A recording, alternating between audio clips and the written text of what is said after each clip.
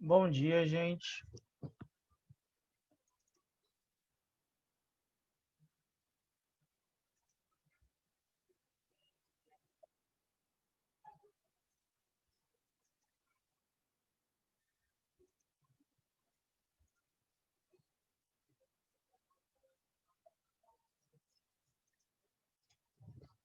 Tudo tranquilo com vocês?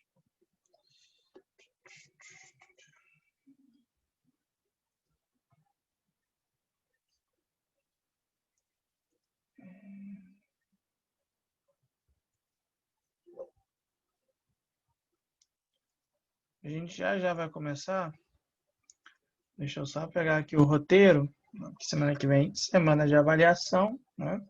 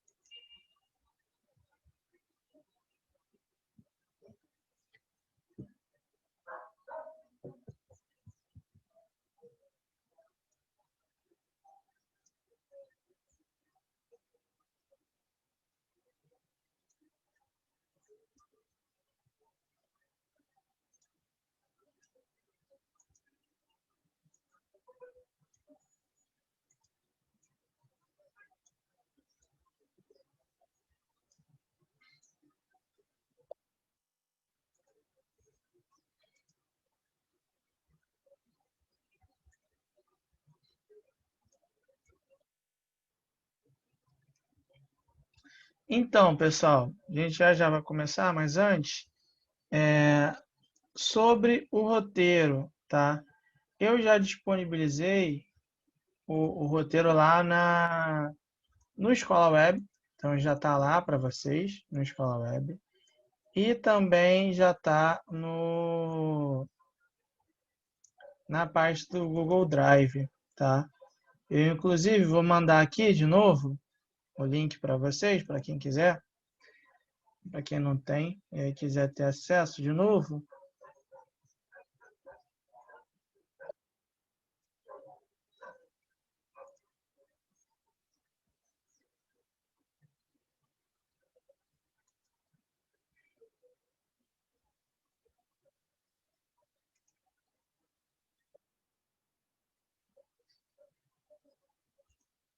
Estou mandando aqui, peraí.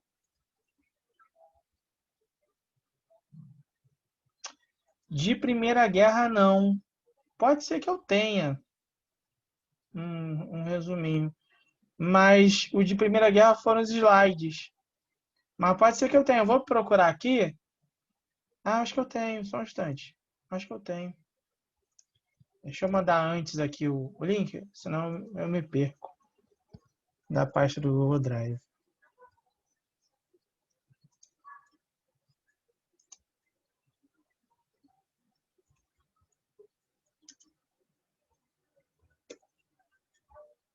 Deixa eu olhar aqui rapidinho.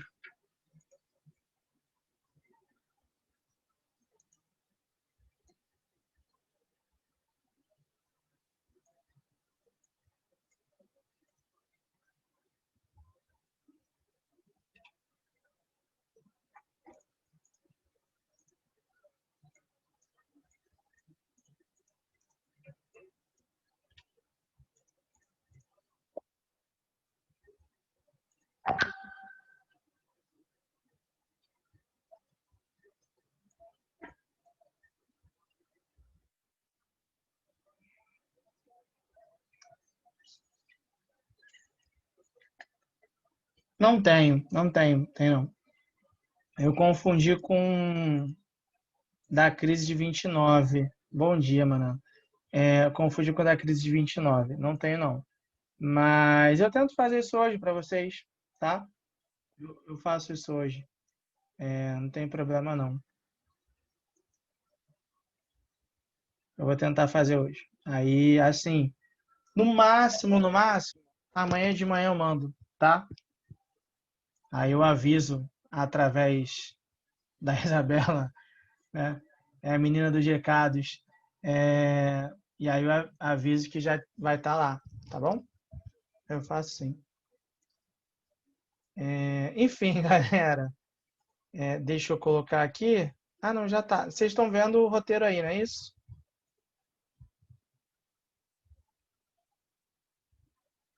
Beleza. Então, galera, vamos lá. Seguinte. Semana que vem é avaliação, né? Segunda-feira, feriado. Quinta-feira, feriado. E aí a avaliação da gente vai ser na terça e na quarta-feira. Não lembro agora qual é a ordem das avaliações, se a avaliação de história, né, vai ser na terça ou na quarta, não lembro particularmente. E o que eu lembro, óbvio, né, é que a nossa avaliação, pelo menos a minha parte, obviamente, vai constar de 4 questões, tá? Vamos ter 4 questões, cada uma das questões com 4 opções. E aí, olha só como vai ser suave, né? Os módulos que a gente vai cobrar vão ser os módulos 20 e 21, né? Então vai ser de Primeira Guerra Mundial e de Revolução Russa. Então, provavelmente, né? Agora eu não vou lembrar em si, porque assim, o que eu já corrigi de prova, o que eu já fiz de prova, o que eu já corrigi de trabalho, né, desde domingo não está no gibi. Né? Então, assim, não vou lembrar se são 2 efetivamente de Primeira Guerra e 2 de Revolução Russa. Acredito que seja assim, né? Porque da maneira que eu sou metódico em fazer prova, eu geralmente costumo colocar o mesmo número de questões para cada um dos conteúdos, desde que seja possível, obviamente, né? Então, assim, provavelmente teremos 2 de Primeira Guerra Mundial e 2 de Revolução Russa, tá?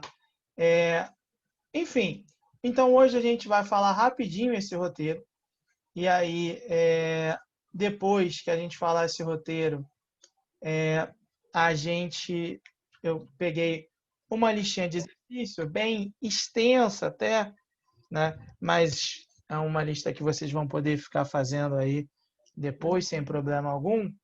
E aí hoje a gente, não sei, acredito que a gente não vai conseguir fazer todas por conta do tempo, a não ser que a gente, né, faça, né, dialogue aqui muito rápido e aí pode ser que dê para fazer, mas acredito que não.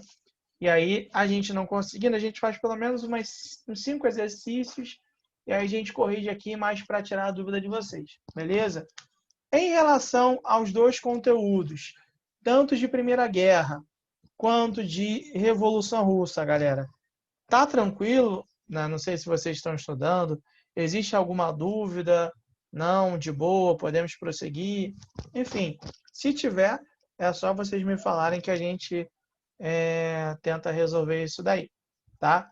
Então, assim, não tem problema nenhum. Qualquer coisa, falem aí. E aí, vamos lá, então, para o nosso roteiro. A nossa aula aqui acaba que horas? 11h30, não é isso? 11h25. 11h25. Tá, então vamos lá. Só.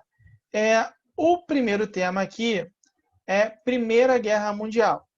E aí, o que está sendo colocado? Compreender as causas motivadoras para a Primeira Guerra Mundial, identificar as forças da guerra, as fases e os seus desdobramentos, identificar as características do tratado pós-guerra e as suas consequências, tá?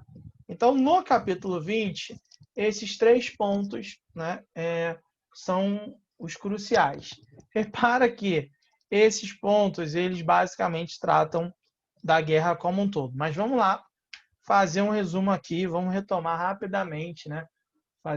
Relembrar um pouquinho sobre a Primeira Guerra Mundial de fato. Então, quando a gente fala, gente, da Primeira Guerra Mundial, a gente sempre lembra que a causa, né, inicial, né, o que levou ao início da guerra efetivamente, o que a gente chama de estopim, foi a morte do arquiduque Francisco Ferdinando lá no assassinato em Sarajevo. Então, o herdeiro do trono do Império Austro-Húngaro, o arquiduque Francisco Ferdinando, ele foi assassinado por Gravilo Príncipe, né, que fazia parte de um grupo extremista nacionalista da Sérvia, que era Unidade ou Morte. E aí, após ele ser assassinado, o Império Austro-Húngaro obrigou, né, deu determinações à Sérvia que não só ocorresse a investigação e a punição dos responsáveis pela morte do arquiduque Francisco Ferdinando, assim como, né, essa investigação e o julgamento e a punição fosse feita pelo Império Austro-Húngaro. Obviamente, a Sérvia não aceitou aquilo, falou que eles tinham autonomia, né, para fazer não só a investigação como a punição. E aí, a não concordância, né, da Sérvia com as determinações do Império Austro-Húngaro levou ao início da Primeira Guerra Mundial, né? O Império Austro-Húngaro atacou a Sérvia e deu início à guerra. Então, a causa inicial da guerra é a morte do arquiduque Francisco Ferdinando e os seus desdobramentos. No entanto, num evento como é a Primeira Guerra Mundial, de proporções da Primeira Guerra Mundial, a gente não pode colocar como única causa a morte do arquiduque Francisco Ferdinando, né? Até porque a morte do arquiduque Francisco Ferdinando já é um desdobramento, já é uma consequência de algo que vinha acontecendo no continente europeu. E o que é que já vinha acontecendo no continente europeu?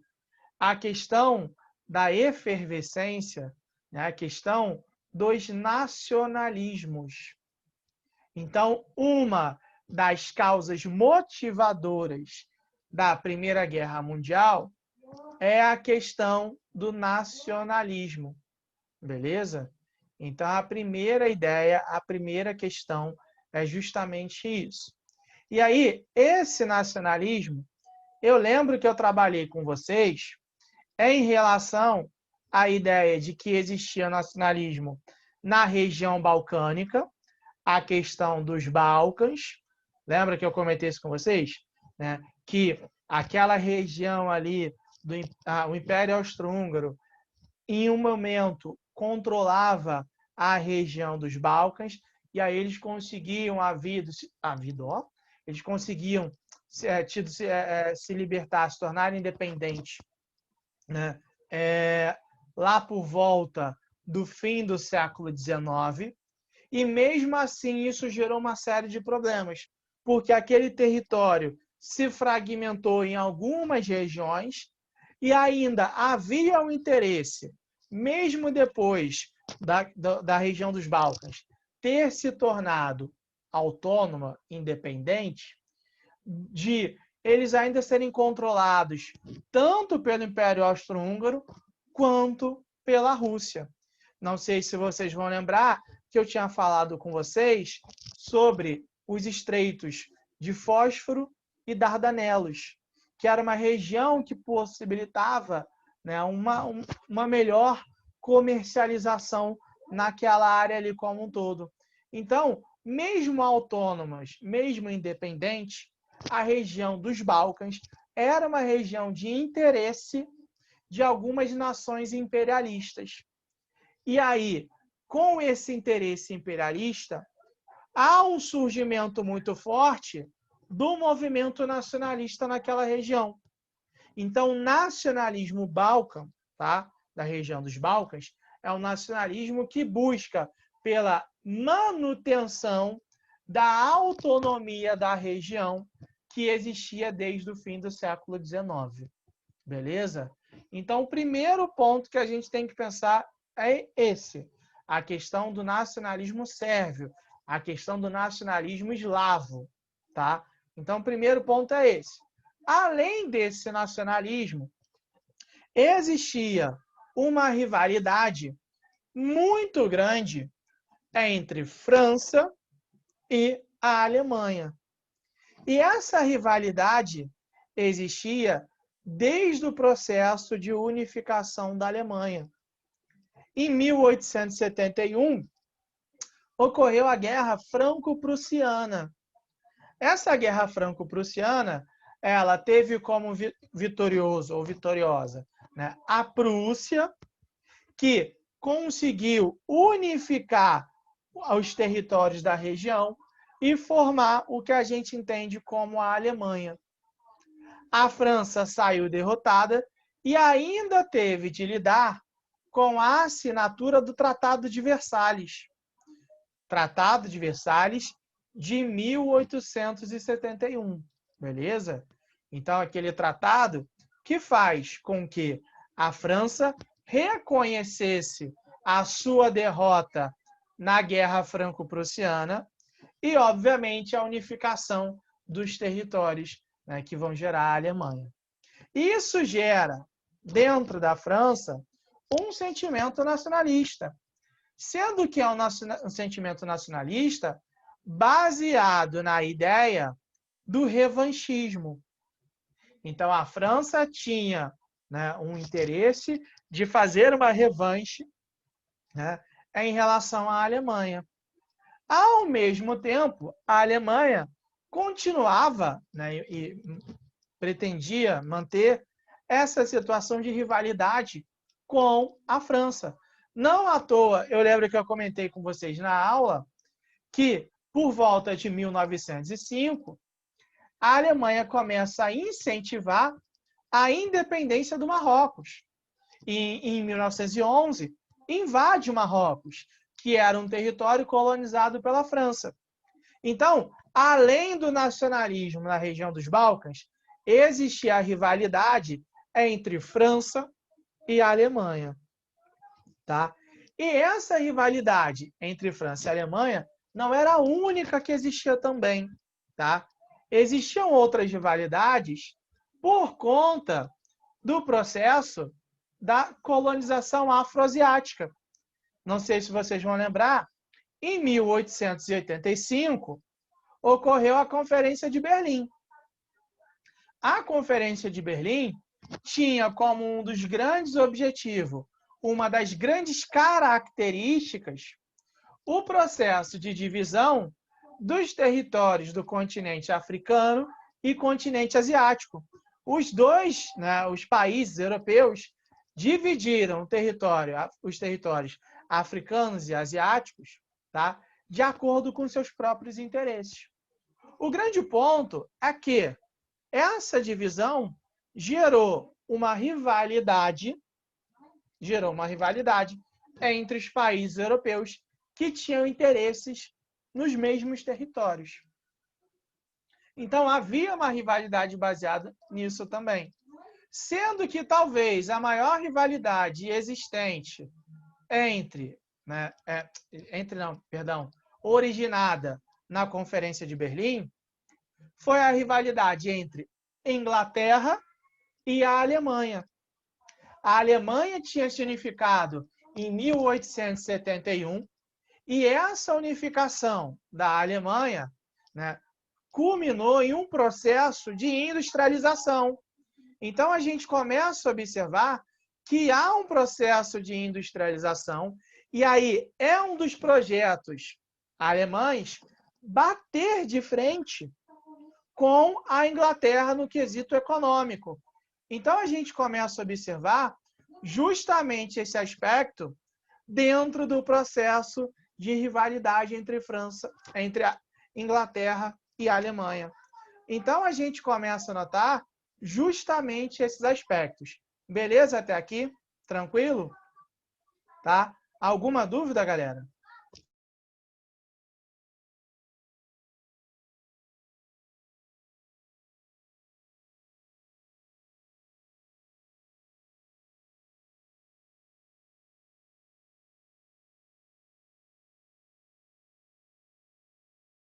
Estava sem áudio, né? Então, a gente começa a observar justamente essas características em relação o que eu disse antes da Conferência de Berlim, Eita. Quando eu estava falando sobre França e Alemanha ou não? Isso. Sobre a Conferência de Berlim, é justamente isso, que foi um evento com o intuito de dividir os territórios, tanto da África quanto da Ásia, de acordo com os interesses dos países europeus. Tá? E aí, esse é um ponto interessante, porque a Alemanha tinha acabado de se unificar, tinha acabado de se tornar um Estado nacional. E aí ela já começa a apresentar diversos interesses e começa a se apresentar como uma nação que vem se industrializando, que vem se tornando uma potência econômica. Obviamente, não se aproximava e nem chegava perto do que a Inglaterra era, mas era tida já como uma ameaça aos interesses ingleses e aos interesses franceses. Então, a questão, né, da colonização afroasiática, do imperialismo, vai gerar uma rivalidade entre França e Inglaterra, e a Alemanha, tá? Então vai gerar essa rivalidade por questões econômicas. Então repara só, gente. Eu falei de uma série de rivalidades que vão surgindo. Rivalidades entre França e Alemanha, entre Alemanha e Inglaterra, né? Também tem a questão, né, do nacionalismo lá na Sérvia, né, o nacionalismo na região dos Balcãs. Então a gente começa a notar que o continente europeu como um todo, ele estava um verdadeiro barril de pólvora, né? Havia uma série de rivalidades, havia uma série de movimentos nacionalistas, e isso faz com que se gere, dentro do continente europeu, uma situação de paz armada. Como assim paz armada? Não havia conflito, não havia nenhum conflito existente, mas havia as rivalidades, e essas rivalidades existentes, os países entendiam que em algum momento elas poderiam explodir. E aí poderiam, obviamente, gerar algum tipo de conflito.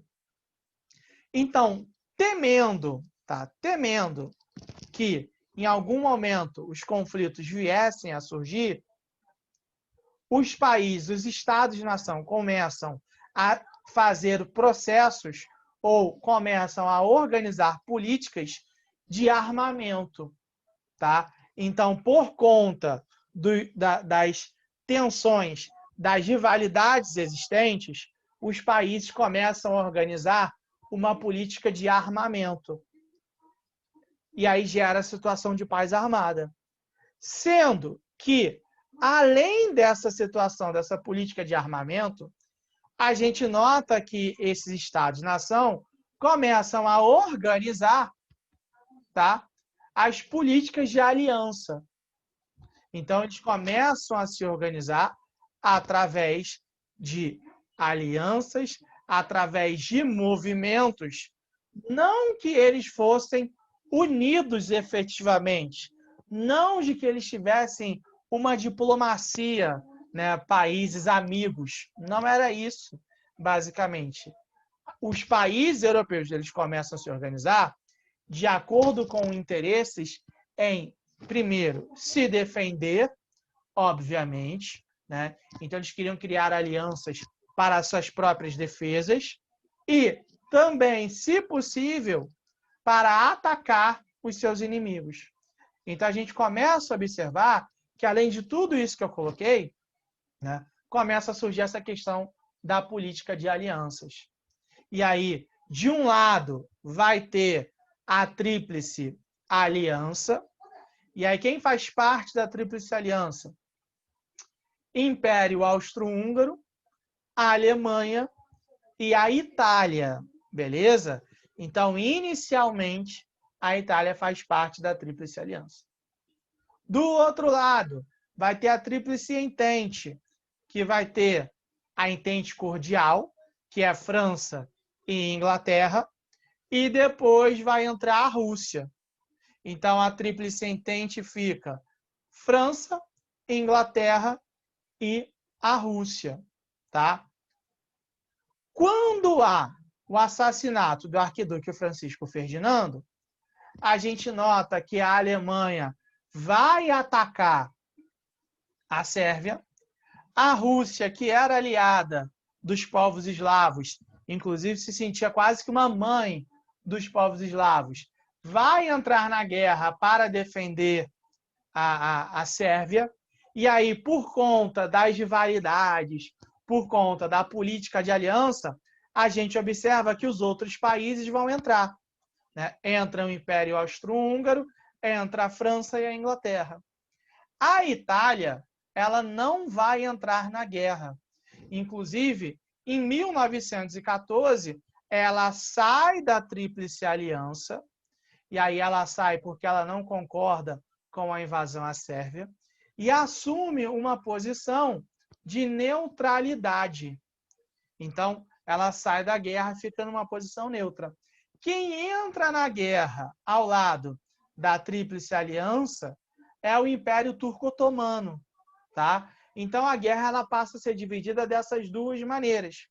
E aí entra aquilo lá que eu comentei com vocês, que inicialmente imaginava-se e esperava-se, vamos colocar assim, que a guerra fosse breve, que a guerra fosse curta. Era a crença dos dois lados. Era o que eles mais imaginavam. Sendo que, né, a guerra ela estendeu para além do esperado. Tanto que eu coloquei com vocês que ela durou até 1918. E aí ela é dividida em duas fases. Quais são as fases? A primeira, que é a guerra de movimento, que vai de agosto a novembro de 14, né? Dura apenas alguns meses. E a segunda fase, que é a guerra de trincheiras, que é a fase mais demorada da guerra, que vai de novembro de 14 até novembro de 1918. A primeira fase, tá, que é a guerra de movimento, ela é marcada por uma série de ofensivas alemãs, tá? Então a Alemanha, ela, né, vamos assim, domina este primeiro momento da guerra. E aí existia, né, uma ideia muito clara na Primeira Guerra, que era sobre o plano Schlieffen, tá? O que era esse plano? Era um plano alemão no qual eles buscavam, né, enfraquecer a Inglaterra. Como assim enfraquecer a Inglaterra? Eles iriam buscar tomar, invadir o território francês, tá? E aí, após a invasão do território francês, eles cortariam a ligação entre França e a Inglaterra. Então, eles teriam, de certa forma, um domínio dos dois países ali.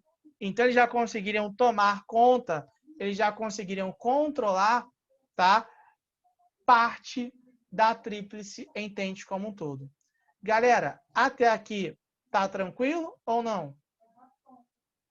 Beleza? Tá?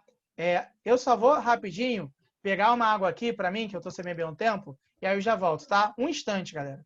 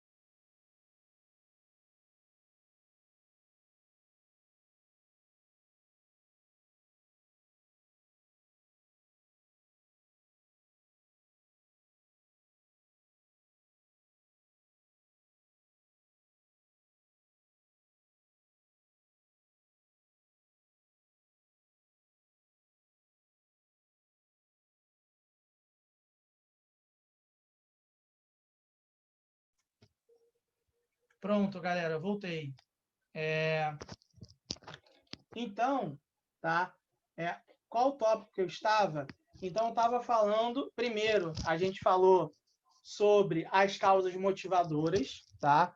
Então, primeiro a gente falou sobre, né, o nacionalismo, sobre as rivalidades existentes por conta do imperialismo, tá? E aí, depois, a gente começou já a passar para os dois lados da guerra, tá? Então, as forças da guerra. De um lado, estava a Tríplice Aliança, com o Império Austro-Húngaro, a Alemanha e Itália, e do outro lado estava a Tríplice Entente, com França, Inglaterra e a Rússia. A Itália não entra na guerra, assume uma posição de neutralidade, beleza? E aí, né, quem entra na guerra é o Império Turco-Otomano, beleza? Então, esses são os dois lados da guerra. Imaginava-se, tá, que a guerra ela seria rápida. Não foi. E aí, o que a gente faz, então? A gente divide a guerra em duas fases. A guerra de movimento, que é a primeira fase, que é uma guerra, como o nome já está dizendo, de movimento, ou seja, marcada por ofensivas, tá? E aí, principalmente a ofensiva da Alemanha, que vai ter como um dos seus principais objetivos, né, conseguir realizar o que a gente chama do plano Schlieffen. Tá? O que era o plano Schlieffen? Eles buscavam neutralizar a França e a Inglaterra. E aí eles buscavam essa neutralização através de cortar a ligação, tá, entre os dois países. Então, eles não conseguiriam um abastecer o outro. Então, eles queriam cortar essa ligação entre as partes. Então, essa era a ideia. E aí a Alemanha conseguiu ir avançando, mas não conseguiu realizar, efetivar o plano Schlieffen, né, como eles imaginavam. E aí, a guerra sai dessa fase de movimento e inicia a guerra de trincheiras. Beleza. Guerra de movimento, tá? Guerra de movimento, ela vai de agosto de 1914 até novembro de 14. Ela é marcada por ofensivas, tá? Marcada por ofensivas, principalmente da Alemanha, tá? Então, essa primeira fase, curtíssima, ela é marcada por ofensivas da Alemanha, que tinha como objetivo fazer o plano Schlieffen, que era cortar a ligação entre França e Inglaterra e aí enfraquecer, neutralizar basicamente a Tríplice Entente como um todo, tá? Então essa é a primeira fase. Sendo que essas ofensivas, obviamente, foram marcadas por contraofensivas, tá? Então, os países, né, os membros da Tríplice Entente não aceitaram de forma passiva os ataques alemães. E aí, como a guerra começou a ser marcada por ofensivas e contraofensivas, ou seja, né, não conseguia ter um avanço real, a gente observou que a guerra começou a entrar numa fase de estabilização. Como assim uma fase de estabilização? Então, nenhum dos dois lados avançava. E aí, eles começaram a fixar posições. É nesse momento, é nesse contexto que a gente vai ver que vai se criar, uma linha de batalha, uma linha de confronto. E aí esse número não é necessário vocês gravarem nem nada. De cerca de 800 quilômetros. Né? Ou seja, uma linha de batalha vai ser criada. É nesse momento que se inicia a fase da guerra de trincheiras, tá? No qual os dois lados vão se posicionar, vão se fixar, e aí essa fixação, essa posse de territórios vai impedir avanço de qualquer um dos dois lados, né? Não sei se vocês já assistiram, né, o filme 1917. Né? Não sei se vocês já assistiram, que ele tem mais ou menos uma relação com essa ideia. Dá para ter uma noção baseada nessa ideia do que seria esse entrincheiramento. Né? Então, a gente começa a notar que essa passa a ser uma fase mais lenta, uma fase mais demorada da guerra. E justamente por conta do entrincheiramento, né, porque não há muita movimentação, essas coisas como um todo, né, ela vai ser uma guerra lenta, demorada e sangrenta. Tá? Por conta da guerra de trincheiras, a Primeira Guerra Mundial vai ser uma das guerras mais sangrentas da história da humanidade. Principalmente porque, a partir dela, começa a se utilizar algumas técnicas, algumas armas que até antes não eram utilizadas, como, por exemplo, o gás de mostarda e o gás de cloro. Né? Agora a gente começa a observar que na Primeira Guerra Mundial começa a se utilizar aviões. Né? E aí esses aviões faziam, obviamente, ataques aéreos, né? Coisa que até antes não era utilizada. Então a gente começa a observar que por conta disso, né, a guerra ela começa a ganhar contornos mais dramáticos, contornos mais sangrentos. Porém, o que a gente tem que notar? O ponto de mudança na guerra vai ocorrer no ano de 1917. E por que em 17, galera? Porque vai ter a saída da Rússia da Primeira Guerra Mundial, porque eles estavam passando pelo processo de Revolução Russa, né? E vai ter a entrada dos Estados Unidos.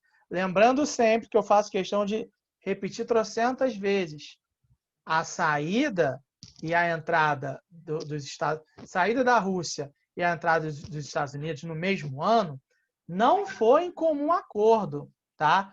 Não existe ligação, não existe relação em uma com a outra. Aconteceu porque tinha que acontecer, tá? E aí, a entrada dos Estados Unidos na guerra, a gente pode dizer que já era um interesse, né? Já era de interesse dos Estados Unidos. Por que já era de interesse dos Estados Unidos? Porque o maior financiador da Tríplice Entente na guerra foram os Estados Unidos. E aí, o que a gente nota? Que na maior parte do tempo, a Alemanha, a Tríplice Aliança, estava vencendo o confronto. Se a Tríplice Entente perdesse a guerra, os Estados Unidos perderia todo o investimento que foi feito. E aí entraria em crise econômica por conta disso.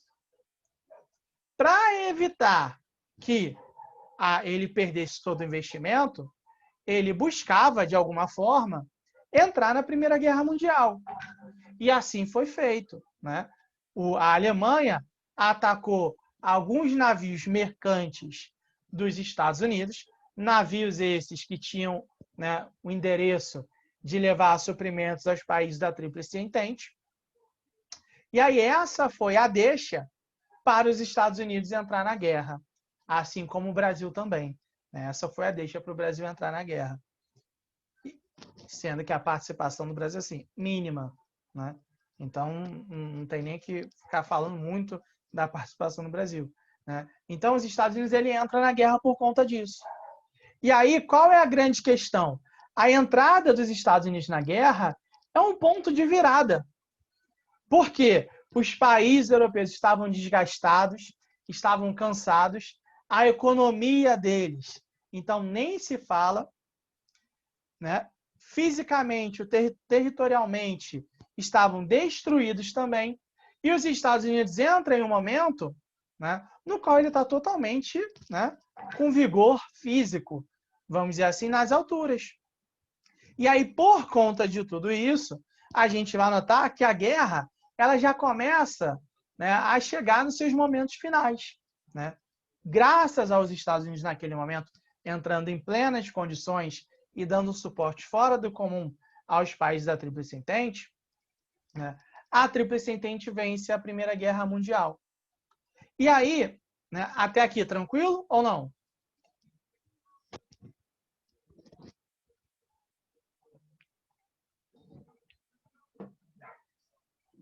E aí, o que, que a gente vai notar, então?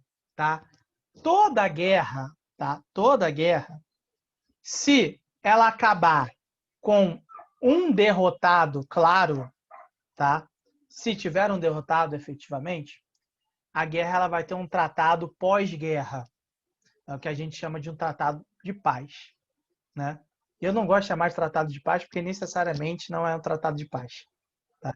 Nem sempre se torna um tratado de paz. Eu gosto de chamar de tratado de pós-guerra.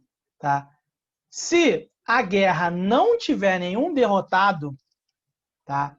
Na realidade se assina um armistício. O que é um armistício? Não sou seu aliado, não resolvemos nossos problemas, mas estamos cessando o fogo. É mais ou menos essa ideia. Tá?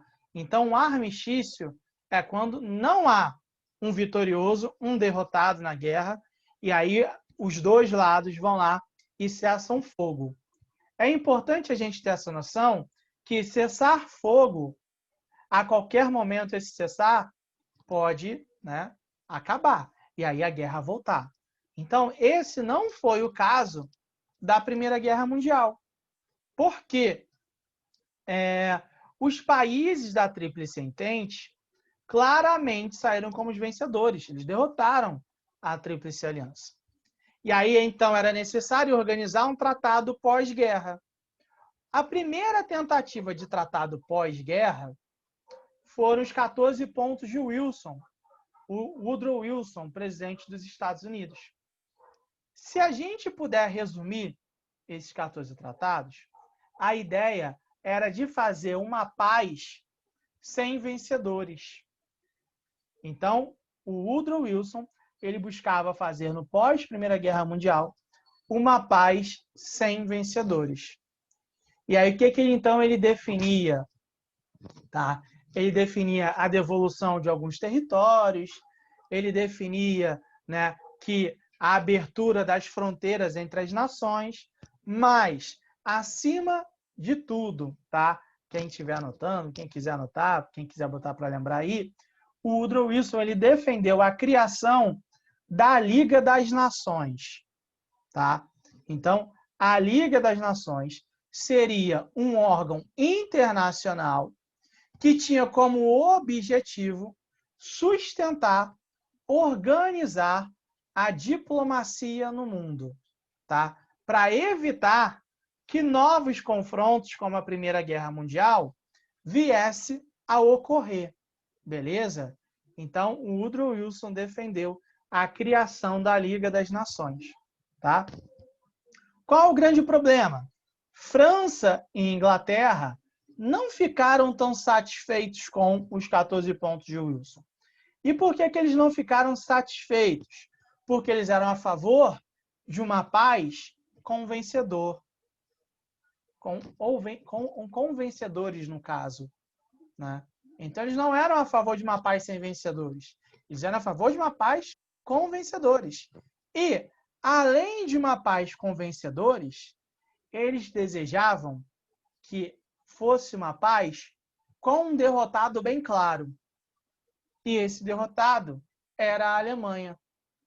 Então, não só eles queriam sair como vencedores, mas como queriam deixar a Alemanha completamente derrotada. Por conta das rivalidades, por conta do nacionalismo e por conta das disputas econômicas. Então, eles queriam destruir a Alemanha. Essa era a ideia. Então, eles recusaram os 14 pontos de Wilson. E aí, os Estados Unidos, então, saiu da jogada, não quis mais se intrometer nessas negociações. E ficou acordado, eu odeio esse termo, porque não ficou nada acordado, foi imposto. Foi imposto, né, o Tratado de Versalhes de 1919. Esse Tratado de Versalhes foi um tratado que, no geral, humilhou a Alemanha. Humilhou e impôs, né, punições pesadíssimas. A Alemanha foi colocada como a culpada da Primeira Guerra Mundial. A Alemanha teve que devolver os territórios da Alsácia e Lorena para a França. a Alemanha teve que se desmilitarizar, uma série de coisas. E, além disso, eu não falei, a Alemanha teve que pagar uma indenização aos países vencedores da guerra, né? Mais uma vez, eu falo para vocês que eles só terminaram de pagar em 2010. Então, assim, eles conseguiram acabar com a indenização em 2010. E, além disso, né, isso é importante dizer, que, além de toda essa humilhação, de toda essa punição gerada à Alemanha, também ficou instituída a Liga das Nações, assim como o Woodrow Wilson tinha proposto. Então, o Woodrow Wilson, em 14, propôs a criação da Liga das Nações, e aí o Tratado de Versalhes absorveu isso, né? A Liga das Nações é uma espécie de um órgão anterior à ONU. Tem uma função semelhante à da ONU, né? Que foi criada na Segunda Guerra Mundial. Sendo que a Liga das Nações ela nunca funcionou direito, tá? Isso é bom a gente deixar claro. Se eu não me engano, não, só tenho certeza, não lembro agora o ano, acho que foi em 1926, que basicamente a Liga das Nações chegou ao fim. Pouquíssimo tempo depois do seu surgimento, ela chegou ao seu fim. E um dos grandes culpados disso é o Brasil, né? O Brasil é um dos grandes culpados em a Liga das Nações não ter dado certo. E por que isso? Isso eu ia comentar com vocês na aula, eu não sei se eu comentei. Né? Na época, existia um órgão semelhante a um conselho de... Eu estou reparando, Camille, sem problema. Sem problema. Eu estou reparando que você está saindo e entrando direto. Eu imaginei que fosse isso. Sem problema, não. A gravação vai ficar salva depois, se conseguir, você assiste nessas partes que você não está conseguindo prestar atenção. E aí eu mando o link, obviamente, para vocês, que vai estar lá na pasta do Google Drive também, do documento que eu vou atualizar hoje. E aí, na Liga das Nações, existia uma espécie de um órgão semelhante ao Conselho de Segurança da ONU. E o Brasil pleiteava fazer parte desse órgão. Né? Por que o Brasil buscava fazer parte do órgão? Porque durante a década de 20, os Estados Unidos ele assume uma postura de isolacionismo. Ele busca não interferir em nada na política internacional. Então, ele não se importa em interferir na política internacional. E aí, né, o Brasil é maravilhoso. Né? E aí o Brasil, já que os Estados Unidos não iam participar, né, o que o Brasil fala? O Brasil começa a se denominar como representante natural dos povos americanos. Já que os Estados Unidos não vai, eu vou ser o representante natural. E aí manda uma carta para a Liga das Nações dizendo que, por ser o representante natural dos povos americanos, né, era nada mais propício, ele tinha que ter uma cadeira cativa, né, na Liga das Nações. Ele tinha que ser o grande representante. E aí, mais à frente, né, alguns países da América mandam uma carta dizendo que não reconheciam o Brasil, né, não reconheciam o Brasil como representante natural. Né, e aí fica nessa questão como um todo. Mas, enfim, o Brasil... Assim, é engraçado, não é nem mico, é uma disputa, né, bem interessante. E aí o Brasil, mesmo com tudo isso, ele continua desejando uma cadeira cativa. Sendo que, além do Brasil, outros países, né, da Europa também buscavam uma cadeira cativa, né, nesse conselho da Liga das Nações. E o Brasil fazia parte do conselho, mas fazia parte do conselho rotativo. Né? Fazia parte do conselho rotativo. Então, ele tinha poder de voto. Né? E aí, o Brasil esperava que ele entrasse nessa votação para ser aceito ou não, como um membro cativo. E, no lugar do Brasil, né, se colocou, se eu não me engano, foi a Espanha. A Espanha. Né? A Espanha conseguiu fazer muito bem as negociações e conseguiu ser indicada para entrar na votação para a cadeira cativa ou não. Sendo que, para ela ser aceita, né, se eu não me engano, todos os países precisavam concordar. Todos os países precisavam concordar, votar para ela entrar. E aí o Brasil foi bem claro, o Brasil foi bem taxativo. Se eu não estiver nessa votação, eu não vou aceitar a Espanha entrar. não vou aceitar qualquer outra nação entrar. E aí o Brasil votou contra. E aí, quando o Brasil votou contra, a Liga das Nações, né, não só por conta do Brasil, mas porque já havia outras questões, o Brasil só dá uma ajuda bem grande. Quando o Brasil vota contra e não se chega numa conclusão, a Liga das Nações ela começa a entrar em colapso. Ela começa a entrar em colapso ao ponto de que ela acaba. Porque em nenhum momento ela tinha conseguido o seu objetivo de tentar fazer a diplomacia entre as nações. E só o fato de ter toda essa confusão mostrou que assim ela estava fadada ao insucesso. E aí, por conta desse fato, se não me engano, em 26, a Liga das Nações chegou ao fim. Né? E aí só vem um novo órgão semelhante à Liga das Nações pós-Segunda Guerra Mundial, que é a ONU. Né? Essa história, gente, eu acho maravilhosa. Quando eu vi na faculdade, cara, eu lia o texto e eu ria lendo o texto. O Brasil, assim, ele foi muito, né, curioso no caso. Né? Então, assim, a Liga das Nações chega ao seu fim. E, assim, realmente, a Liga das Nações, independente do Brasil ter a sua participação ou não nessa questão, a Liga das Nações ela nunca ia dar certo. E ela nunca ia dar certo porque, naquele contexto, os países europeus estavam preocupados, né, com as suas próprias políticas internas. Não estavam preocupados em se voltar para uma aliança, para uma união da Europa como um todo, que foi onde ocorreu um conflito, né, onde ocorreu a Primeira Guerra Mundial.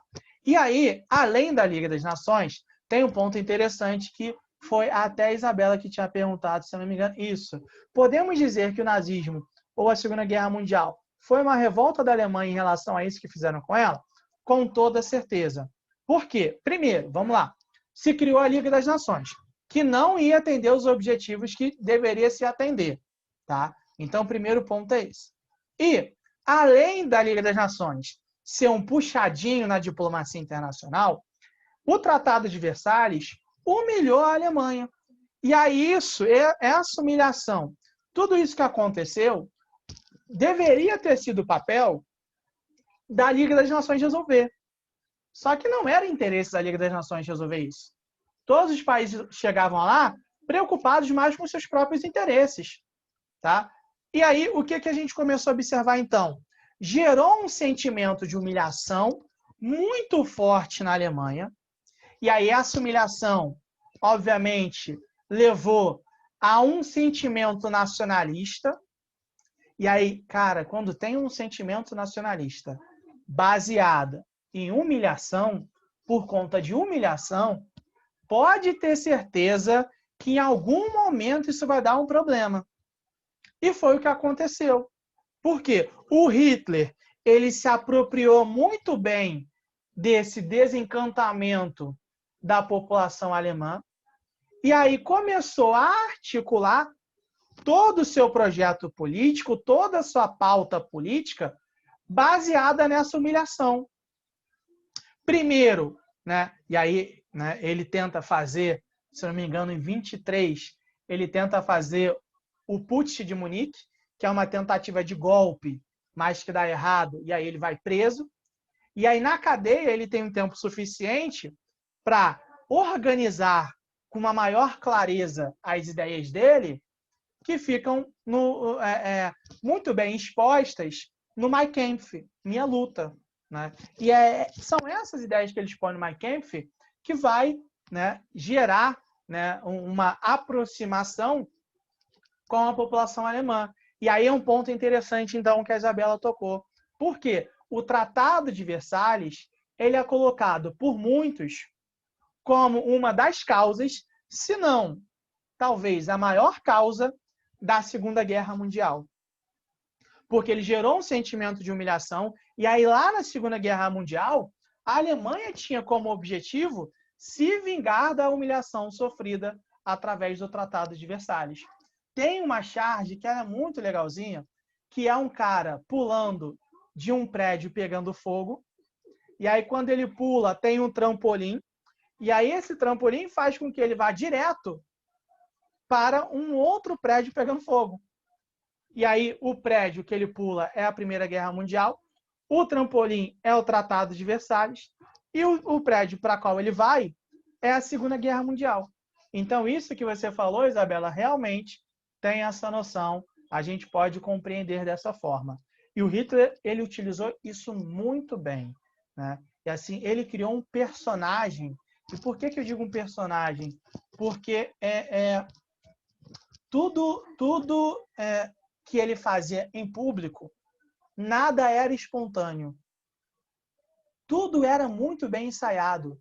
Ele ensaiava cada movimentação em casa. Cada movimentação ele ensaiava em casa.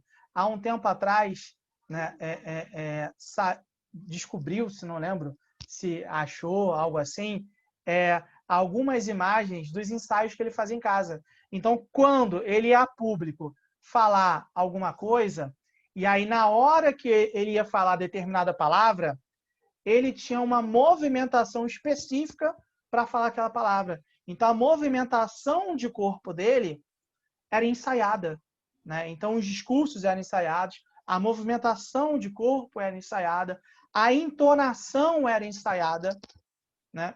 Tudo muito bem feito para trazer a população para si. Né? Então, assim, foi tudo muito bem estrategicamente definido, né?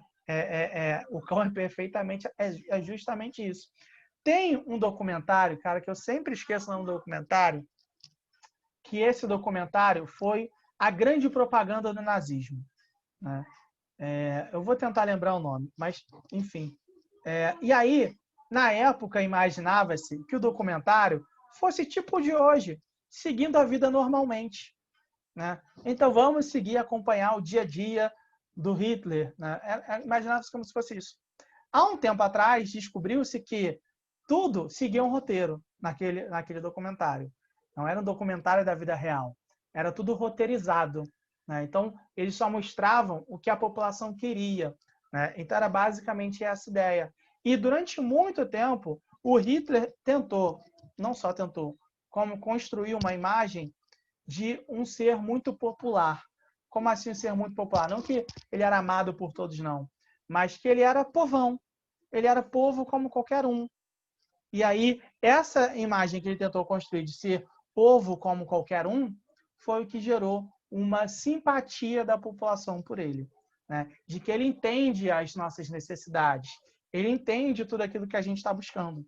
Né? Então, assim, foi muito bem construído. E quando a gente for falar de nazismo, a gente pode abordar isso com melhor calma. Né? Mas isso que a Isabela tocou, o nazismo e a Segunda Guerra Mundial pode ser entendidos como consequências, tá, do Tratado de Versalhes, do que aconteceu. E isso é importante a gente entender para a nossa prova também. Tá? Então, esse é um primeiro ponto, beleza? Então, sobre a Primeira Guerra Mundial, galera, foi ou não? Há alguma dúvida?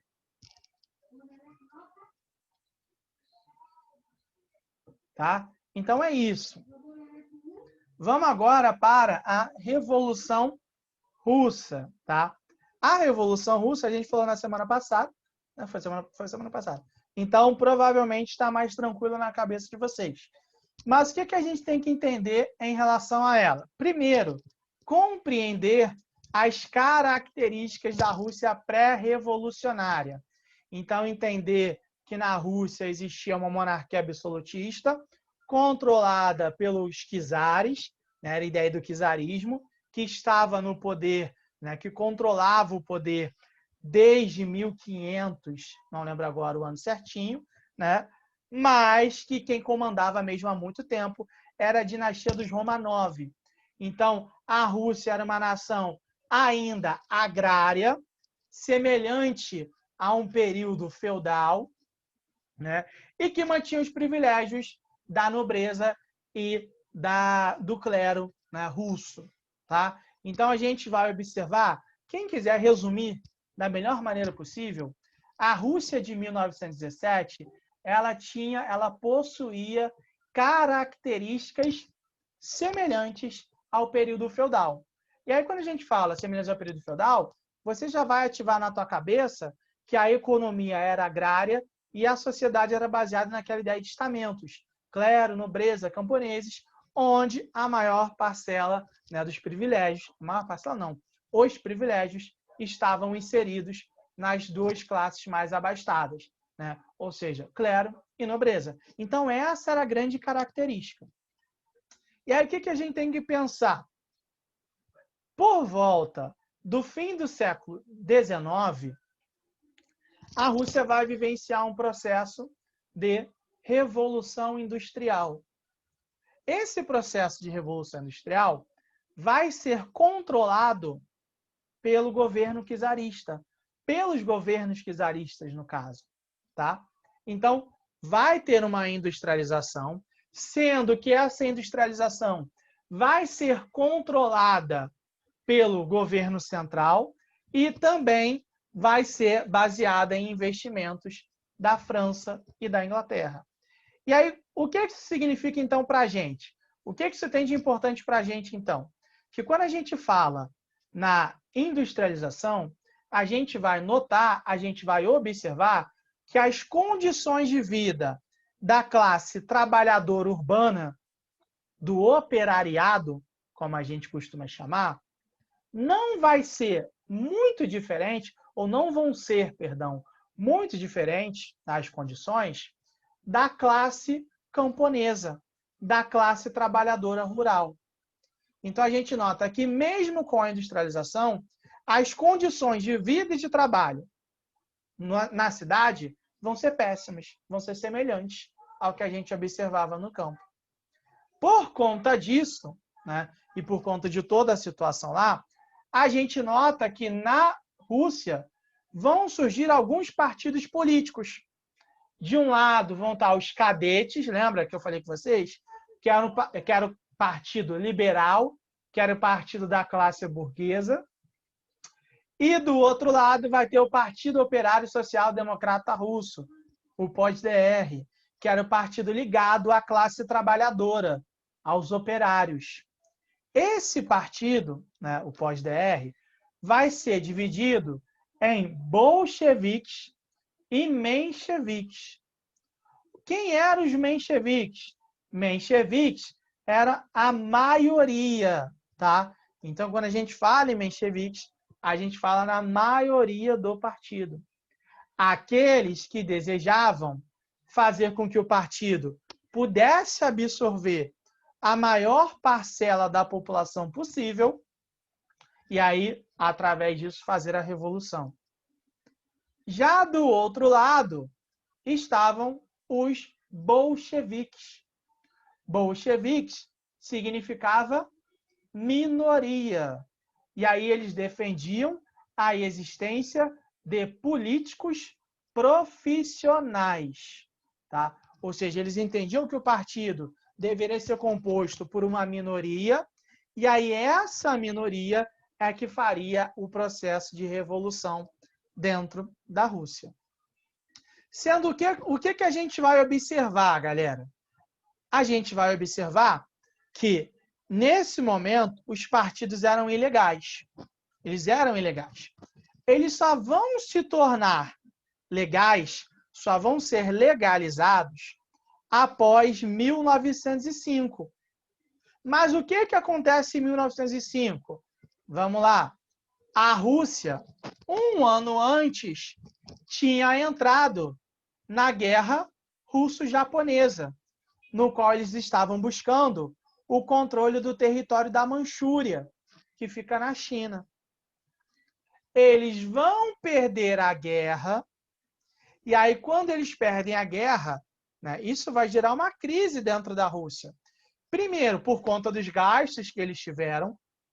Primeiro ponto é por conta disso.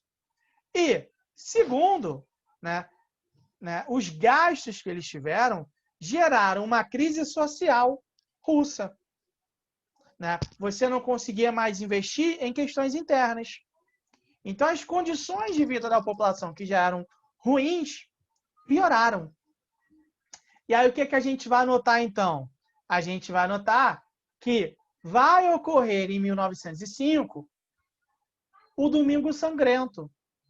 Em um belo domingo, a população sai da missa, né? Alguns populares saem da missa e vão em direção ao Palácio de Inverno, ao Palácio do Governo do czar, Nicolau II. Eles vão para lá protestar por melhores condições de vida, mas exaltando o czar.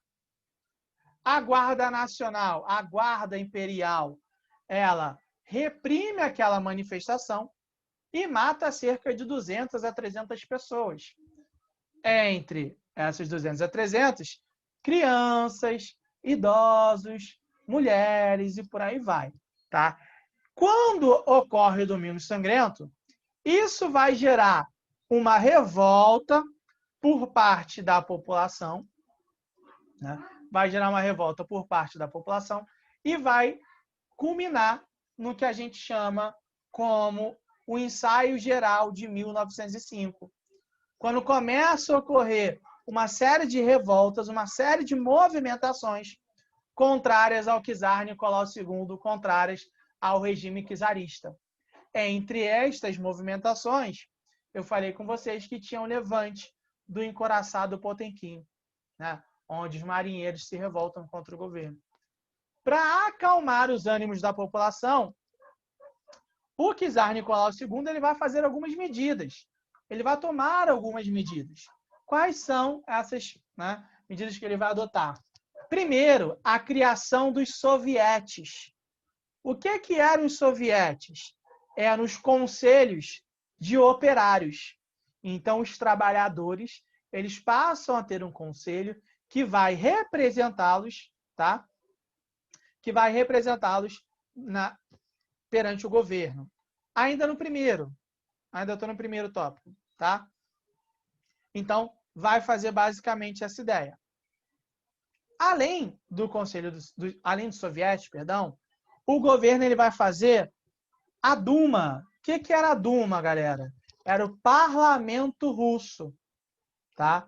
Então, começa a se buscar, ou se dizer que vai acontecer, vamos pensar dessa maneira, uma monarquia, né, constitucional. O grande ponto é que o Nicolau II fechava e abria o parlamento de acordo com as suas necessidades, de acordo com as suas vontades e de acordo com os seus interesses. Então, a gente observa que ele toma algumas medidas, mas só para dizer que, ó, estou fazendo.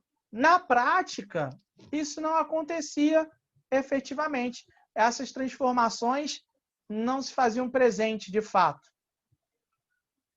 E aí, por conta disso, né, ele consegue ter uma tranquilidade, né, vamos dizer assim, até 14, né, de 1905 até 1914. E aí a gente entra no segundo tópico aí, compreender os fatores imediatos para a Revolução de 17. Tá? Ele consegue ter uma tranquilidade, porque em 14 começa a guerra. E aí ele, né, a Rússia, se entendia naquele contexto, naquela época, como a defensora dos povos eslavos. E o czar Nicolau II entra na guerra por isso, mas porque ele também entendia, e aí isso é muito curioso, isso é muito legal a gente pensar, que guerra ela faz com que o sentimento nacionalista do povo aflore. Repara, você pode estar odiando o governo do seu país. Você pode estar odiando qualquer coisa que ele faça. Se o país entrar em guerra, eu duvido que você torça para o teu país perder. Eu duvido. Porque se o teu país perder, a chance de você sofrer com isso é gigantesca. Então, assim, independente de você gostar ou não, você vai apoiar o seu país na guerra. Ou você não vai contra. Pelo menos você não vai contra. E aí, quando a Rússia entra na guerra, inicialmente, a participação dela faz com que o sentimento nacionalista se aflore e as contestações ao governo do czar Nicolau II deem uma segurada, deem uma diminuída. E é justamente isso que começa a acontecer. Então, de início, para o czar Nicolau II foi bom. Só que ele foi surpreendido com uma guerra demorada. E a Rússia não tinha capacidade de se sustentar na guerra. A Rússia não tinha essa capacidade. Então, o que a gente começa a observar? Que ela vai ficando desgastada, ao ponto de eu chegar a falar para vocês que 2 milhões de soldados não tinham armamento para estar na guerra. E aí me pergunta o que eles estavam fazendo na guerra. Eu não sei, né? A questão também não posso dizer, porque não tem sentido alguém estar na guerra sem ter armamento para estar na guerra, né? Então a gente começa a observar que a Rússia estava passando por uma situação totalmente calamitosa. E aí, conforme a participação vai se estendendo, quem mais sofria, né? Ah, com certeza. Quem mais sofria com essa situação era o povo russo. Quem mais sofria era o povo russo, que começa a vivenciar situações de uma intensa fome, desemprego, pobreza em massa. Então, as condições de vida da população russa, elas estavam num declínio total, péssimas. Já eram péssimas, pioraram, né? Como se fosse possível. E a Rússia mostrou que naquele momento era possível, né? Então, assim, a situação de vida da população estava péssima. Ao mesmo tempo em que a maior parcela da população estava passando por essa situação triste, a gente nota que as classes, né, do topo da pirâmide social continuavam privilegiadas. E aí isso gerou uma discrepância muito grande.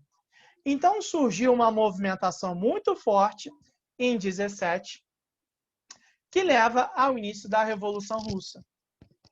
E aí é justamente, né, esses fatores imediatos, é a participação da Rússia na guerra, a situação de vida da população, né, mais pobre, as péssimas condições de vida, unidas, né, aos privilégios das classes mais abastadas. Tá? Então, são os fatores que levam à Revolução. E aí, a Revolução Russa, a gente divide em duas fases, né? A Revolução de fevereiro de 17, é a revolução que leva os mencheviques ao poder, e a Revolução de outubro de 17, que leva os bolcheviques ao poder através da figura do Vladimir Lenin. Entre esses processos, um ponto importante de vocês terem na cabeça de vocês é a questão das teses de abril, tá? As teses de abril, documento escrito por Lenin, o manifesto escrito por Lenin, no qual a gente resume em paz, pão e terra. Ou seja, a Rússia necessitava de paz, que era a saída da Primeira Guerra Mundial, pão, que era alimento, a população queria se alimentar, e terra. A galera queria terra para produzir, terra para trabalhar. Então, era basicamente essa ideia que eles estavam buscando para a Rússia. A Revolução de Fevereiro atendeu a isso? Conseguiu fazer isso? Não. Os mencheviques não conseguiram fazer, até porque nem quiseram fazer. Mantiveram a Rússia na guerra, se aliaram aos burgueses. Então, eles não atenderam às necessidades da população russa efetivamente. E aí, em outubro, tem a Revolução Russa, né? Que a gente entende mais como Revolução Russa de fato, que leva os bolcheviques ao poder. Assim que Lenin chega ao poder, eu falei com vocês que ele vai nacionalizar e vai estatizar a economia russa. Então, ele vai proibir investimentos estrangeiros, vai estatizar as empresas russas. Então, quem vai começar e quem vai controlar a economia russa a partir de então é o próprio governo. Ele vai implementar a autogestão nas fábricas. Então, a gente começa a notar que o Lenin ele faz uma transformação muito grande. E isso vai no caminho contrário aos interesses de quem? Da classe burguesa russa, porque ele está estatizando tudo. Vai contrário aos interesses do capital externo, porque eles queriam investir na Rússia. Vai no caminho contrário aos defensores da monarquia russa. Então, a gente observa que os bolcheviques, eles ganham a rivalidade de quase todo mundo na Rússia, a não ser da classe trabalhadora. Não à toa, a gente vê que no início de 18, alguns meses após a Revolução de Outubro, vai ocorrer o que a gente chama da Guerra Civil Russa. Na Guerra Civil Russa, de um lado tinha o Exército Branco, que era toda essa galera que eu comentei com vocês agora, e do outro lado tinha o Exército Vermelho.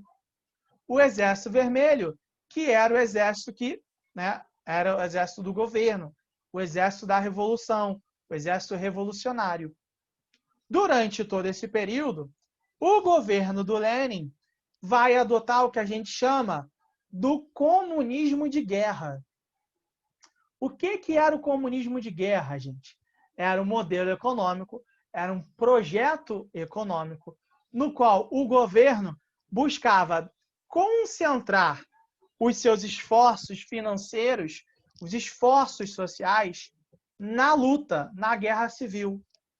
Né? Então, assim, ele dava prioridade, por exemplo, na produção de grãos, né, de alimento, para enviar para os combatentes. Né? Então, para derrotar os seus inimigos, era basicamente essa ideia. Então, os esforços estão concentrados na guerra. Quando a Guerra Civil acaba, em 1921, acaba com vitória do Exército Vermelho, tá?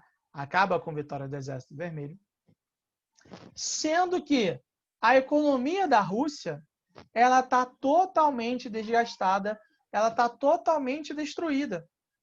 E aí o que é que o Lenin tenta fazer, então? O Lenin, ele acaba com aquela política do comunismo de guerra, e aí vai lá e faz o que a gente chama da NEP, Nova Política Econômica. Se a gente quiser resumir o que é a nova política econômica, a gente fala que é dar um passo atrás para dar dois à frente. Ou seja, o que a gente quer dizer com isso? Que o Lenin, ele permite, tá? Permite algumas propriedades privadas, tá? Algumas empresas privadas pequenas, ele faz algumas concessões capitalistas, como a gente pode dizer, tá? Para dar um dinamismo na economia da Rússia, para depois implementar novamente o socialismo aos moldes no qual ele buscava. Então, ele abre espaço para o capitalismo, tá? Essa ideia, para conseguir recuperar a economia. Quando a economia estivesse recuperada, ele implementaria novamente o socialismo como era o ideal. E aí ele nacionalizaria, estatizaria tudo mais uma vez. Beleza? Então, por isso que a gente fala que ele tinha como objetivo dar um passo atrás para dar dois à frente. Então, ele dá um retorno aqui e aí depois ele conseguiria desenvolver novamente o que se esperava. Tranquilo até aqui, gente? Tá? Eu só vou falar até a NEP mesmo, beleza? Alguma dúvida ou não?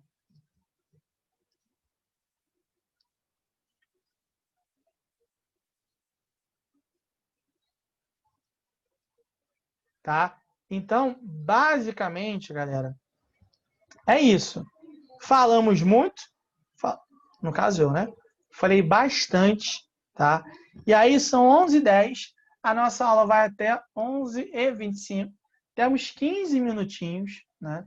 E aí eu pretendia fazer com vocês a lista de exercícios. Não vai dar, né? Porque não tem tempo suficiente. Mas, de toda forma, eu vou mandar essa lista aqui e acho que dá para a gente corrigir 2 exercícios, né? Acho que dá para corrigir mais ou menos isso. Fazer pelo menos, né? Não corrigir.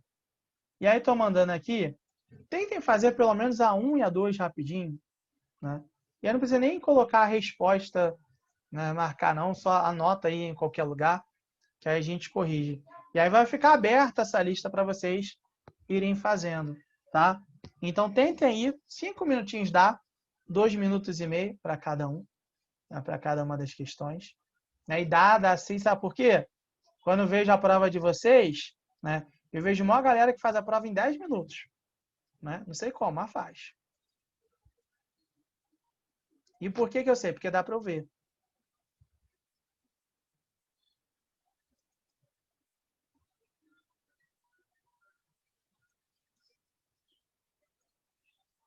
Tentem fazer aí, rapidinho. E a gente corrige já já. As duas primeiras são as mesmas questões para todo mundo.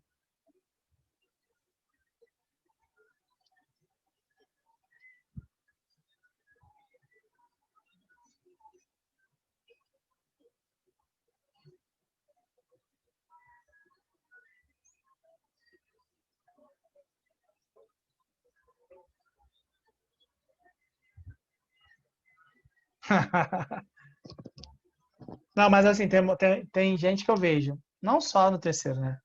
Em outros que eu vejo que faz muito rápido.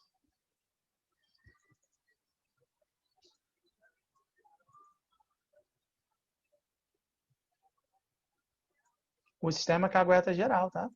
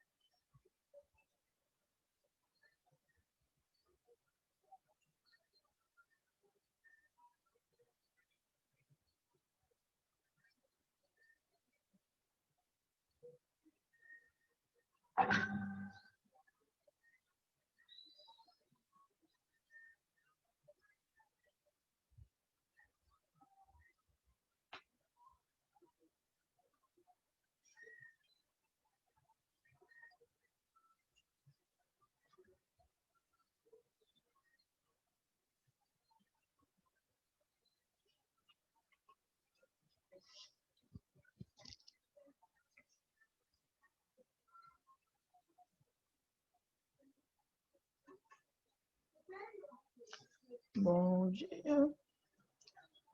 Só já não fazia.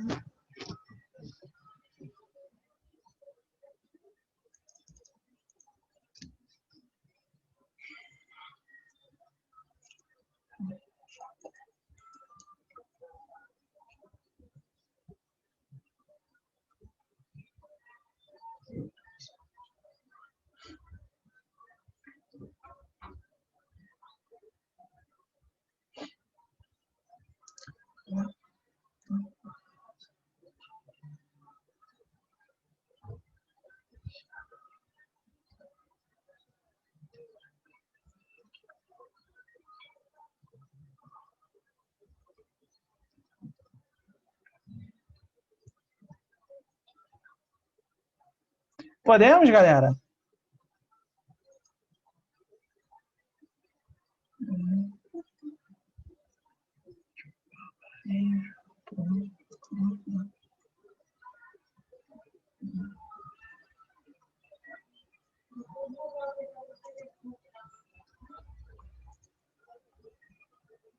Então, se vocês conseguiram fazer pelo menos uma, não tem tranquilo, mas se não conseguiram, também não tem problema não. Eu corrijo junto aqui, na mesma hora. Só duas mesmo? Aí depois vocês podem fazer, né? A resposta vai aparecer para vocês normal depois. Acho que eu selecionei aqui a opção de aparecer. Deixa eu ver. Então, tá para aparecer para vocês. E aí, qualquer dúvida, é aquilo que eu sempre falo. Pode perguntar, não tem problema nenhum. Né? Só dependendo da hora, às vezes não vou conseguir responder. Né? Porque Eu tô virando idoso e eu tô dormindo cedo. Mas tá super tranquilo, tá? Então, assim, podem perguntar qualquer dúvida que venham a ter e tá suave. Então, vamos lá. Olha só, a primeira aqui, a segunda metade do século XIX e os primeiros anos do século XX, antes da Primeira Guerra Mundial, 1914-18, ficaram conhecidos como Belle Époque, Bela Época em tradução livre, em razão da prosperidade europeia e das inúmeras inovações tecnológicas. Entre as diversas inovações dessa época estão as ferrovias e o sistema de metrô. O primeiro metrô foi o de Londres, inicialmente movido a vapor e eletrificado em 90, seguido por outros sistemas semelhantes como o de Paris. A prosperidade e desenvolvimento da Europa nesse período podem ser atribuídos principalmente e aí a resposta correta aí está trabalhando justamente com a questão do imperialismo, ou seja, as disputas existentes entre os países que levam, obviamente, às rivalidades econômicas, e aí essas rivalidades econômicas vão levar ao desenvolvimento do continente europeu. Então, essa questão ela está muito mais querendo saber da existência do imperialismo.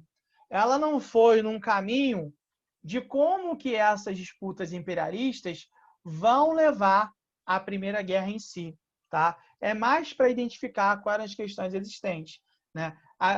Assim, essa C, equivalente a C, essa aqui talvez poderia ser a mais errada. Excelentes condições de trabalho nas fábricas. Isso aqui é absurdo. Empréstimo obtidos de países como o Japão. O Japão não emprestar dinheiro assim. A disputa por hegemonia com os Estados Unidos. Estados Unidos só vai ter uma hegemonia após a Primeira Guerra. Não pode ser. As guerras e conflitos com os países americanos. Também nem nada a ver, né? Então, essa aqui era bem suave pensar nisso, tá? A 2, né, fala sobre a questão da França e do Marrocos, né, a entente cordial. Pelo exposto, é correto afirmar que no período em questão, e aí vem aqui, ó, apesar dos dispositivos de caráter internacional, a ação política das potências antes da Primeira Guerra era norteada pela força e pelo arbítrio. Então, repara, tem a Convenção de Madrid aqui que ela está dizendo, é muito mais uma questão interpretativa, tá, gente? Tem a questão aqui da Convenção de Madrid, e aí que eles reconhecem a autonomia do Marrocos. Ou seja, era uma região que era autônoma, mas era controlada pela França. Então já tinha isso, tá? E aí, em 14, estabelece a chamada entente cordial, através da qual a França teria total liberdade de ação no Egito, enquanto a França era entregue ao Marrocos. E aí, ou seja, está dizendo que existia autonomia, mas que mesmo assim os países dividiam de acordo com o seu interesse. E aí aqui era justamente para isso, de que mesmo com essas convenções, com esses dispositivos, né, os países buscavam interferir de acordo com seus próprios interesses, de acordo com as suas próprias necessidades. Então a ideia era basicamente isso. E que também vai levar aos conflitos, né, na Primeira Guerra Mundial. E aí, além dessa 2 aqui, tá? Deixa eu procurar alguma aqui de Revolução Russa. Ah, não, deixa eu fazer essa aqui então. Essa aqui é legal porque tem a ver com o que a Isabela tinha colocado, tinha perguntado. Ó. Pergunta o seguinte: muitos historiadores consideram a Primeira Guerra Mundial como um fator de peso na crise das sociedades liberais contemporâneas. Assinale a opção que contém argumentos, todos corretos a favor de tal opinião. E aí, vamos aqui pelas que estão erradas, mais fácil. Derrotados na Primeira Guerra Mundial, as grandes potências liberais foram, por tal razão, impotentes para conter a seguir o desafio comunista e o fascismo. Não tem a ver com isso, essa questão. Essas potências liberais, elas estavam enfraquecidas, mas, no caso do fascismo, elas optaram por não se intrometer. Tá? Elas tentaram fazer a política do apaziguamento, porque entendiam que o comunismo era o mal maior e o mal que deveria ser derrotado. Então, o que eles vão fazer? Eles não vão se intrometer com o fascismo, porque o inimigo do fascismo era o comunismo. Então, eles deixam desenrolar. Né? Não porque não tinham capacidade, é porque foi uma política de apaziguamento bem pensada. E aí isso mostra para a gente como comunismo e fascismo não são a mesma coisa. E isso a gente vai diferenciar nas aulas seguintes também. A gente vai acabar com essa coisa, porque assim, só no Brasil que existe essa discussão de que o nazismo era comunista, tá? Então, assim, só no Brasil que existe isso, tá? Por conta disso, né, a Embaixada da Alemanha já fez um vídeo explicativo dizendo que não é a mesma coisa. E aí, um monte de brasileiro na internet começou a falar que a Embaixada Alemã não sabia de nada, né, que quem sabia eram eles. Isso eu achei maravilhoso. Mas, enfim, coisas de Brasil. Tinha que ser brasileiro, né? Assim, é incrível. E aí, a outra opção aqui. A guerra transformou estados antiliberais em gestores de uma economia militarizada que utilizou de novo o trabalho servil para a confecção de armas e munições em flagrante desrespeito às liberdades individuais. Não utilizou de trabalho servil e, durante a guerra, obviamente, gerou uma economia militarizada. Mas, pós-guerra, isso houve uma redução novamente. Eles se voltaram para as questões que antes já existiam, tá? Então não pode ser isso. A C, equivalente a C, durante a guerra foi preciso instaurar regimes autoritários e ditatoriais em países antiliberais como França e Inglaterra, num prenúncio do fascismo ainda por vir. Nossa, essa aí tem nada a ver. Essa aí está completamente errada. Meu Deus do céu. Né? Não pode ser. A B, em todos os países, a economia de guerra forçou a abolir os sindicatos operários, a confiscar as fortunas privadas e a fechar os parlamentos, pondo assim em xeque os pilares básicos da sociedade. Nossa, aí também nada a ver. E aí, gente, olha só, olha o macete aqui. Em todos os países. Lembrem sempre disso. Toda questão de história que vier falando sempre, nunca, com quase 100% de certeza, essa opção vai estar errada. Porque nada na história acontece sempre e nada acontece nunca. Nunca acontece. Tá? Não existe verdade absoluta na história. Isso guardem para a vida de vocês. Tá? Não existe verdade absoluta na história. Então, assim, nada vai ser sempre ou nada vai ser nunca. Então, geralmente, essas opções estão erradas. Tá? Eu não falo 100%, porque pode existir alguma opção que venha e esteja certa. Tá? Mas tomem muito cuidado com isso. Olhem com muito cuidado. Tá? E aí vem a opção correta. A economia de guerra levou a um intervencionismo de Estado, sem precedentes à União Sagrada. Começou a levar ao intervencionismo. Foi invocado em favor de uma série de restrições de liberdades civis e políticas, um esforço de guerra, como a gente costuma chamar, e em função da guerra recém-terminada, eclodiram, em 1920, graves dificuldades econômicas que abalaram os países liberais, sobretudo através da inflação. E aí, nesse contexto pós-guerra, a gente começa a observar que ganha força o movimento comunista nesses países. E aí a forma de combater o comunismo vem crescendo, vem surgindo os regimes fascistas. Beleza, galera? Tranquilão? Deu para entender? Suave essa revisão? Não? Matou as dúvidas, as charadas? Tá? Assim, fiquem tranquilos quanto à minha parte. Eu sempre falo pela minha parte, né? Não tem como falar pelos outros. Fiquem tranquilos que vai estar suave, vai estar de boa, vocês vão conseguir, né, fazer, principalmente baseado em tudo isso aqui que a gente falou. Tranquilo? Então, hoje, eu já coloco o vídeo.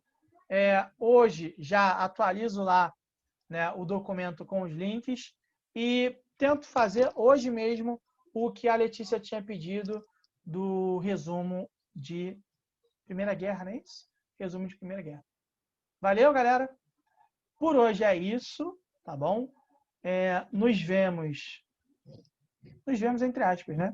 Na semana que vem, porque eu entro sempre em tal horário, geralmente tem 2, 3 pessoas só na sala durante a prova, né? Então, nos vemos na semana que vem. E é isso, né? Não tem mais o que falar. Tchau, tchau. Um bom fim de semana para todo mundo, né? Estamos na terça, mas não vou encontrar vocês. Um bom fim de semana. Beijos e abraços. Até lá. Valeu, pessoal.